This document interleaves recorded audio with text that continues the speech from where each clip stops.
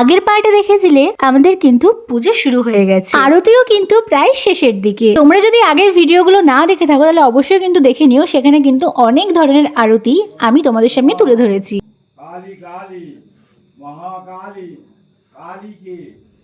ঘড়িতে তখন বাজছিল ভোর 4টে, তখন শেষ হলো অঞ্জলি, এবার শুরু হয়ে গেল যজ্ঞ। শুনেছিলাম যজ্ঞের আগুন যত উঁচুতে উঠবে তত নাকি মা পুজোতে সন্তুষ্ট হয়। আমাদের কিন্তু যজ্ঞের আগুন অনেকটাই উঁচুতে গেছিল, আমাদের মা কিন্তু সন্তুষ্ট হয়েছিল, এতেই আমরা বুঝতে পারলাম। এখনো দেখো মা স্বয়ং আমাদের সামনে আছে। তোমরা হয়তো ফোন ক্যামেরায় বুঝতে পারছো না, কিন্তু আমরা যারা সামনে ছিলাম তারা কিন্তু অনুভূতি করেছি।